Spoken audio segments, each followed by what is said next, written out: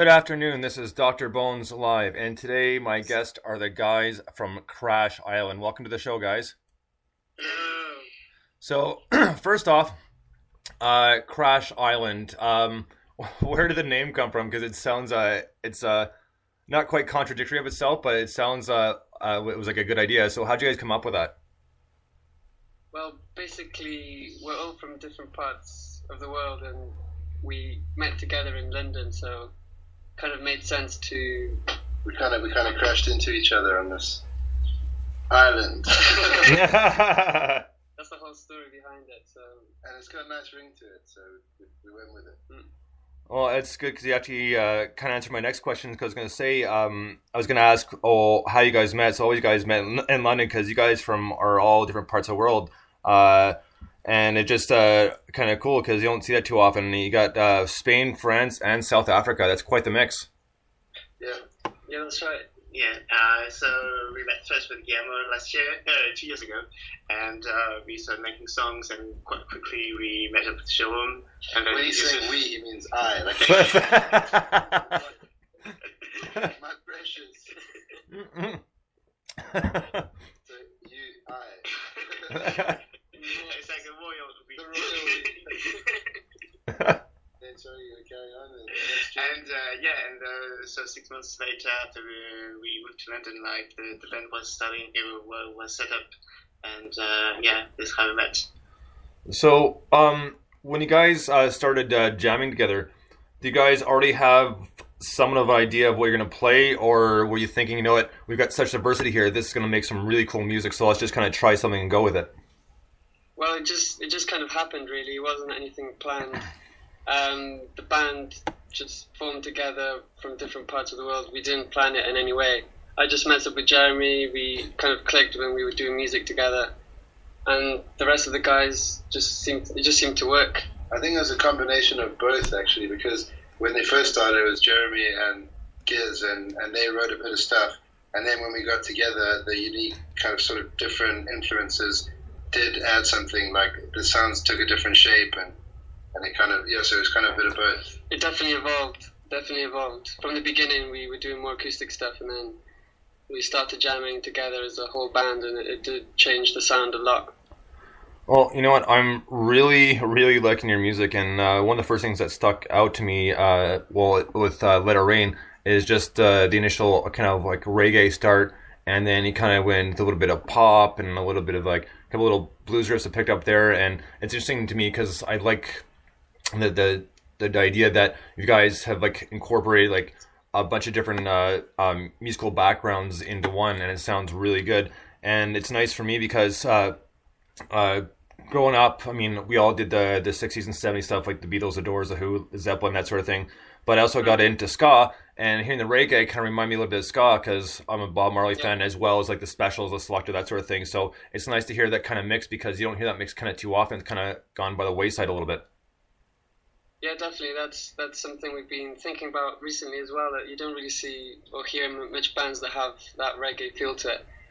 And to be honest, like all of us have quite different backgrounds in terms of music. Like the reggae, I would say, is mainly from me. I think we were all quite into, like, I mean, me in particular, I started listening to like The Clash. I know like Giz likes The Police, and I like The Police. And I mean, I used to listen to quite like a lot of ska. I played in a few punk bands. Actually, my first band was a punk ska band. Oh, really? Hey, nice. That was really cool. Kind of influenced by Operation Ivy and these kind of American punk ska bands. Tim Armstrong, like his latest album, that's really good. Now, when just in backgrounds in general, what kind of just besides the reggae, what kind of other backgrounds you guys come from? Like, what side besides, like, I mean, you've mentioned a few, The Police and so what other influences do you guys have? If you guys had to name, like, could say like either your top three or at least one major music influence, who would it be? Maybe like we got into bands like Block Party or Fools, and there's also like some sort of electro influence like College, Kavinsky, that I listen quite a bit. listen to quite a bit, and so there's also some electro influence to what we do. Now, The keyboard. go ahead. Yeah, I was just saying that because it's quite a big part of our sound. We got keyboard as well. Jeremy plays keyboard. We got a bit of synths going on, so it's a bit of electro going on. And as well, we were thinking of using a sampler for live to get a bit of different sound on the percussion. Now, when you guys write your songs, since there is such diversity, how do the songs come about? Do one of you kind of write up some lyrics and maybe a melody and then bring it to the band? Or do you guys kind of say, like, I've been working on this, I've been working on this, now let's try this and see how it works? Yeah, a bit of everything, really. I think my favourite personally is when we jam in the rehearsal room and something completely different comes out that, for example, wouldn't happen in your bedroom when you're doing something acoustic. But that also happens as well. I might be at home doing some melodies, like I'm playing guitar and something comes up and then I show it to the guys and we work on that. But quite a lot of the time, Giz will just start singing to like something we're jamming, and he won't be singing English. It's just like weird sounds, but he's like sort of doing the melody, and then he fills in the gaps in his own time. Yeah, I think personally that's my favorite way of making music is to find the melody or let the melody find me, whatever works best. Well, whatever sounds more poetic. Yeah. Well, when it comes down to the mumbling, obviously not in there, but I have the bad tendency to mumble a lot. But unfortunately, I wouldn't even classify it as being music at all. So I also was checking out your bio, and you guys have played quite a few places as well. And it's interesting. You guys have played in France and in Germany and Switzerland and pretty much the majority of the UK. Now, how was that for you guys? How was it experience-wise? To jump from literally from country to country around the continent. I don't know. I think that was just awesome, and this is something I really wanted to make happen quickly. And Jeremy's email cafe. Yeah. In touch with a lot of people, so sometimes you get lucky, and it happens to us to play a festival. But it's definitely something we want to do more often. I mean, like jumping on a plane and a train and playing a show. It's pretty awesome. I can only imagine because they themselves are just very interesting places, and it's just nice because admittedly a lot of the bands I've interviewed in the past, they've played around their area and ventured off a little bit, but nothing like you guys have, and just it really stood out, and it's like, that has to be cool. I mean, was there one place in particular and any places you played that you really, really enjoyed and would love to do again? I think Caprice was amazing because that was just so unusual. Like that was at the top of the mountain. Yeah, Switzerland. That was in Switzerland. Yeah. There's crazy mountains. Geneva was my favorite spot. Yeah, but we went on a pedal boat. We rented a pedal boat, and it's funny actually. We bumped into this girl who had a ukulele, and she kind of started talking to us. She was like, "Oh, what you guys are doing?" And it's like, "Oh, do you want to chill?" So we ended up going onto a pedal boat with her and started playing ukulele, which is quite fun. Well, being that with that being said, do you guys have any thoughts that you might maybe put just like maybe a little ukulele in one of your songs, or is that not going to happen? Well, I mean, I always play ukulele at home. Maybe one day we'll have a kind of acoustic-y vibe song, and we can maybe add a ukulele. There's definitely not. Just find the space for a bit of ukulele. Yeah, definitely. But going back to the question about highlights and stuff like this, I think just the mountain range in Switzerland was mind-blowing. Just going up to the top of the mountain, Crans-Montana. That was definitely a highlight. I've never seen something like this, but it's a huge festival, and it was like literally at the top of a mountain. Yeah. So, and then when we went back, it was the summer, and we went onto this blue lake, so we saw two pretty different extremes. Yeah. And the stage of Caprice Festival is humongous. You feel so small, really. Really, eh? Yeah, it's really overwhelming because it's really, really tall. But amazing experience. Now, with a stage that big, did you guys get maybe just a little nervous because it's something you hadn't played before, something that massive? Yeah, definitely some apprehension. It's But good nerves, though. yeah, it's the positive kind of nerves. It's excitement rather than Yeah, exactly. I mean, you're confident because you know what you're going to play. You've played the song so many times, and you're confident. It's just kind of excitement, really. Now, how many people roughly did that festival pack in? I'm not sure about the capacity. I know the capacity of that festival is around 5,000. We played like relatively early in the day, so we didn't get like a full 5,000, but it was still pretty. It was a nice crowd. People were chanting, singing along. Massive hall and stuff. Oh, that's going to be great for you guys to hear. I mean, it's such a feat in itself to play something like that big and have that many people, especially like essentially way away from home and listen to you guys. I mean, it's got to be something else for you guys to say, you know what, this is awesome. Like, it's just nice that other people are listening to our music other than our home base. Yeah, it's quite funny actually because it's one of those things that we had more attention outside of London. So like when we got back and then we played another gig, just to a small pub, you know what I mean? Well, actually, I mean, at that show, I had this guy whose job it was to set up my drum kit for me. And then 2 days later, we didn't have a drum kit. Wow. Wow, that's not cool. Two different The contrast for you there. Yeah, no kidding. The life of a rock star, eh, guys? Yeah. Ups and downs. Yeah. So, next thing I wanted to get into is you guys in 2012 started out with 2 demo EPs. Now, when those came around, how quickly did they pick up? Were they picked up rather quickly? Meaning, like, did a lot of people start listening right away? Did you get a lot of gigs out of it? How did that work for you? That went well because we got the gigs in Germany. And that was just the beginning of it. And so I think we The Caprice happened from the demo as well. Yeah, it happened from the demo. I actually played a few of them on radio in Switzerland. That's quite impressive. So they're good demos. I think those were the right songs and the right recordings, but we needed to make a move forward. So this is why we took them off. But the new things seem to come with each step. Like each thing we do, we get something new. It gets better. The better the quality gets for the EPs. Definitely, yeah. So you've noticed the progression as far as your music goes, like little by little. You get better and better because let's face it, it's a constant learning process, and so are a lot of things. And it's nice to pick up new stuff and stuff that's kind of just sounds different from the last because that's what it is. It's your music's always a work in progression as opposed to a finished product. Definitely. Yeah. Agree with that.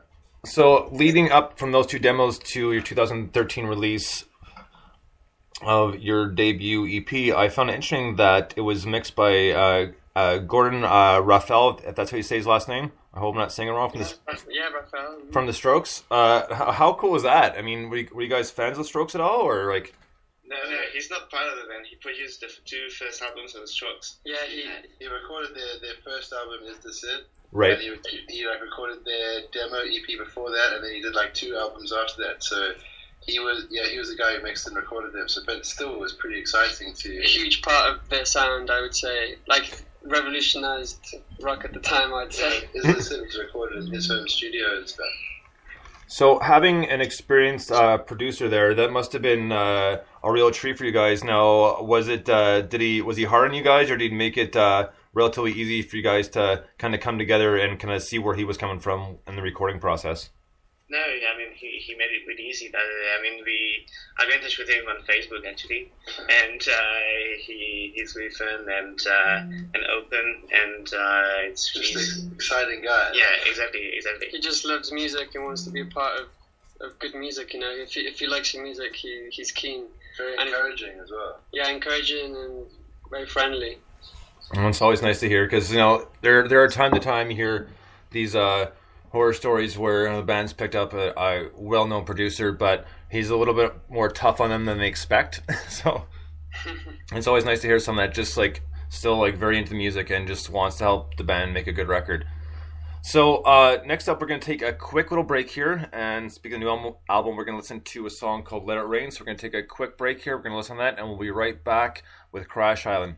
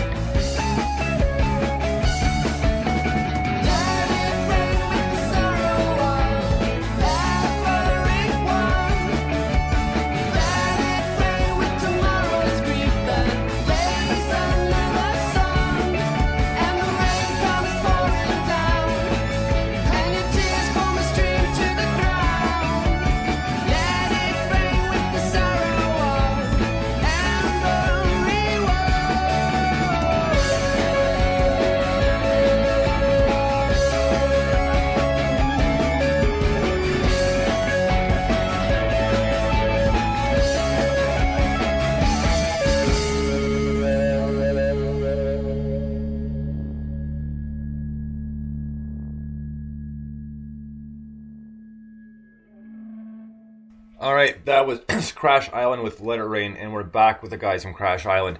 So, guys, this debut EP seems to been doing pretty well. Now, the songs on this debut album were a few of them from the past demos. Were they songs that may have been on the cutting room floor that you reworked and decided, no, it's sound a lot better now, so you're going to put them in the album? It's actually the first song that we really started working with. This song that you just heard, Let It Rain, was one of the first songs that we wrote in Jeremy's room, and it kind of evolved with the band later on, so it's quite early stuff, really. And Across the Skyline was also an early one. Yeah, true. That changed a lot, that one. Loved Ones was pretty much written for this EP. That was a brand new one at the time. Now, do you guys have you guys been gigging a lot? Do you have any upcoming gigs to promote the EP, or? Yeah, we've got a few. We're going to be going down to Switzerland again in January. We're going to be playing another festival in Switzerland, Blue Balls. That's going to be later on in the year, in the summer in April. We've also been playing in Ipswich, which is just outside of London. And we're going to play our next lunch is going to be on the 24th. That's going to be a really, really good one. Yeah. Also, we just started working with a company that's distributing the EP in America as well, which is quite cool. And another company we've been talking to about bringing it out on vinyl in the UK, so that'd be cool to be on vinyl. That'd be great. I'd definitely order one of those. I love my vinyl. So, what's that? You're going to have a vinyl collection? You're going to add us to there? Oh, absolutely, man. I love my vinyl. Like, it's just nice that the bands are trying to do vinyls again, because obviously they're very rare, and obviously many people argue me, but I don't care what they say. I think vinyl's got a lot more clearer, better sound than the CD does. I would agree. I'm pro vinyl. And the fact that you're working with a company that to be shipping in the US, that's great to hear, because going from the UK market and breaking to the American market just expands your horizons even more. I mean, there's so many more places you can go, and the fact that you came upon that, that's beyond great news for you guys. I'm sure you guys were really excited about that. Yeah. Definitely, that was a breakthrough, I would say. I mean, I doubt we'd go to America to play anytime soon, but when the chance comes, we'll definitely take that opportunity. Yeah, we'd love to. Well, no, little by little. I mean, you can't do everywhere first, and that's fine. But eventually, things will happen. So with that being said, when you guys, excuse me, when you guys initially got together and started doing this music, did you ever think that some of the stuff would happen, like playing these festivals in Switzerland and Germany, and now you're hooked up with a supplier that will sell the records in the US? I think we all came to London to play music, so we all had the idea of working really hard on doing music, whatever the music would be, because we just quitted everything to Great Britain. We definitely wanted to be more than like a hobby. This is So it's not like we expected it, but we just kind of it's like my Jeremy's master plan or the challenge plan. Five-year plan. Yeah, it's a business model. Yeah. Definitely. I mean, we've got our expectations quite high. We work hard for it, so we're expecting some really good stuff in the new year, 2014. Touch wood. Yeah, definitely. Now, are you guys currently working on any new stuff? I mean, is that what you guys do? When you're not touring or doing something else, you constantly working on new music? Yes, we are. We're actually recording right now this week the new EP. We did the drums and the bass yesterday, and we're finishing off this rest of this week. Yeah. And is there any projection date for that release? Obviously, sometime in the new year. Not in the new year, maybe a bit later. Okay. March, hopefully March. It's going to be. We'd like to try and line up all the different sort of distribution things this time before we release it, instead of like with the other one, we're sort of picking them up after the fact. Whereas this one, the idea is to try and get some things in place before we release it and stuff. Well, fair enough. Then that makes perfect sense. I couldn't agree more that usually the way to do it. And now that you guys are established and know what you're doing, so it makes more sense to do it progressively, and that way things work better and go a lot further for you. So next up, guys, as far as the social media goes, I mean, obviously we're using one form of it right now. How, besides all your touring in the different countries, how has the social media worked for you guys? To be honest, Twitter for me is it's blown my mind. Recent convert to tweeting. Yeah, I'm addicted. But I mean, it's been huge overall because just like looking at Gordon Raphael, that actually happened through Facebook. Exactly. So that all happened through social media. Like you say, this interview. Yeah, I mean, most of the stuff that's happened to us has been through social media, and to be honest, like everyone's connected there. You know, especially Twitter. It's just incredible how many people that you wouldn't be able to contact previously are on Twitter. Oh. And in terms of like celebrities, even anyone you need, like good positions. Yeah, definitely. Lots of bands, lots of band members. They're all on Twitter, you know. Media, press. Yeah, media, press, everything. All the blogs, all the radios. They're all on there. You're absolutely right, and you know it. And you're right. Twitter is been a gold mine. I know it, and admittedly, I know I'm addicted to you. I'm not going to lie about that. And I'm constantly on looking around, but you know, you're absolutely right. I mean, years ago, there's no way, some of the stuff could be fathomable, just because you're right. Since pretty much everybody's up there now, and makes it a lot easier to contact. You know, you're not like going through 50 middlemen to get to one person. Now you're kind of going directly to the source without a problem. Yeah, definitely, and the people are a lot more approachable. It's just kind of breaks the barrier between the person and. You know, because before it's like you have to send an email and it's really formal and you have to say like, dear, blah, blah, blah. This time you can just say, hey, how's it going? You know, and just chat to them, or you can reply to one of their tweets or something. But yeah, I'm not going to promote it too much, but yeah, that's I like it. Twitter. Yeah. It's actually called tweeting. Oh yeah, it's something else. I mean, this is pretty much where I found all my bands, so I've got nothing but good things to say about it, and it's amazing for me because now I'm not just limited to my city. Like there's so many other places I can reach out to. Like from here in London, Ontario, going all the way out west to Vancouver, or going the opposite way back out east, and now I know I'm into the UK, and it blows my mind, because there's so much good music out there, and now I have access to a lot of it, and I just love it because I'm a huge music fan, and this is perfect format for me because I keep on getting to pick it up and I get the interviews band. So it's one of those things I've always wanted to do, but never had the means to do it, and now I have, and here we are, right? Yeah, that's really cool. There's no boundaries anymore. You can just do it now. So, moving on from that, do you guys have any merchandise at all? Are you guys planning on making any? Like, we just sell some records. Got some badges as well. Oh yeah. We're gonna. I've got a really cool T-shirt design, but we haven't actually made any. But I do have some ideas. It's just a matter of actually getting them done and to see the cost. Because we do everything ourselves. We don't have any management, so we're kind of testing things out. The badges work really well. They look really great. But I'd like to get some T-shirts as well. Yeah, well, the T-shirts available at our shows. But using music remains the main thing. Mouse pads. You get some mouse pads. No, as far as badges go, I like that because I have tons of them, so I'm always up for that. T-shirts are cool too, but yeah, the badges are definitely something I have a lot of. Badges are cool because they're like cheap and easy, and you can give them away for free, pretty much. Well, right. I mean, like there's literally next to no cost in making them, so it's one of the best ways to do it. And a lot of people do still wear them, so. Yeah, definitely. Mm-hmm. All right. Moving on. So in the new year, you said you had quite a few gigs going on.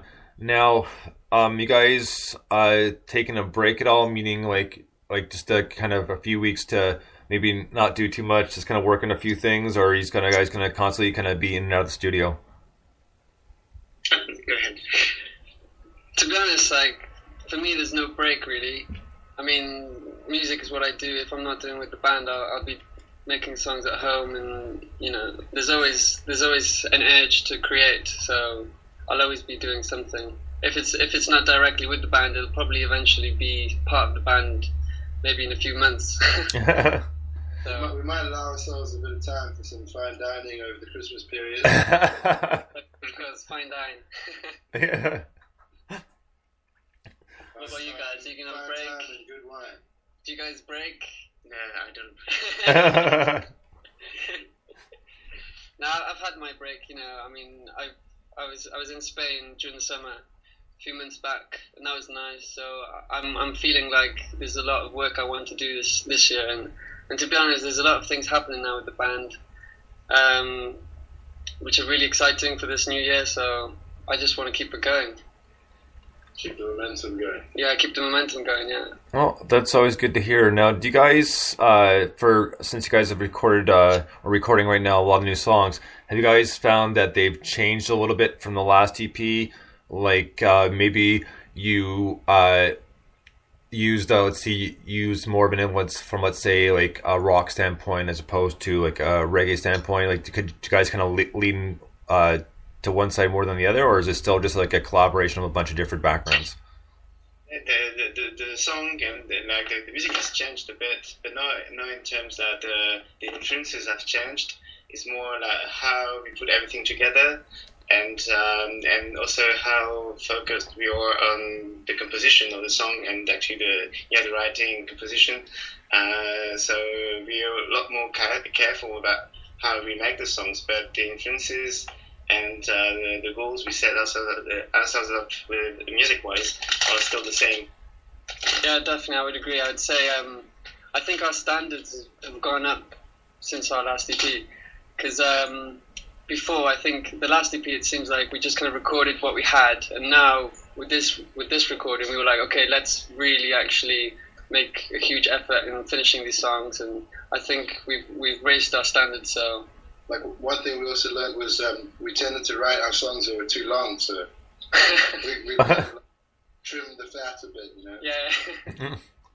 Well, there's nothing wrong with a few long songs here and there, but you know, you're right, they can wear a little bit, so that's a good way to do it. Now, the other thing is with the recording, just in general, when you guys record together, do you guys find it usually goes relatively smoothly? Do you guys ever kind of butt heads at all, saying, you know what, we should do this part over, or, you know, and the person says, well, this sounds fine, but, you know, there's anything like that, or there's kind of pretty much, for the most part, smooth sailing?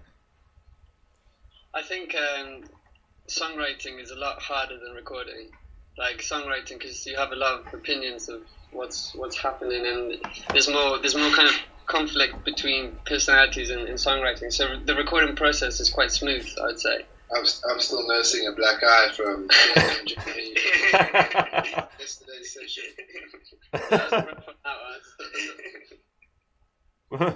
Well, it's quite good to be quite supportive, you know, when you're recording. Like it's really helpful to have the guys there. Even the disagreements in writing the songs, it's just because we all care like so much about how it sounds in the end. So we're all just so invested in how it turns out that like it's like quite a personal sort of experience, I guess. Mm-hmm.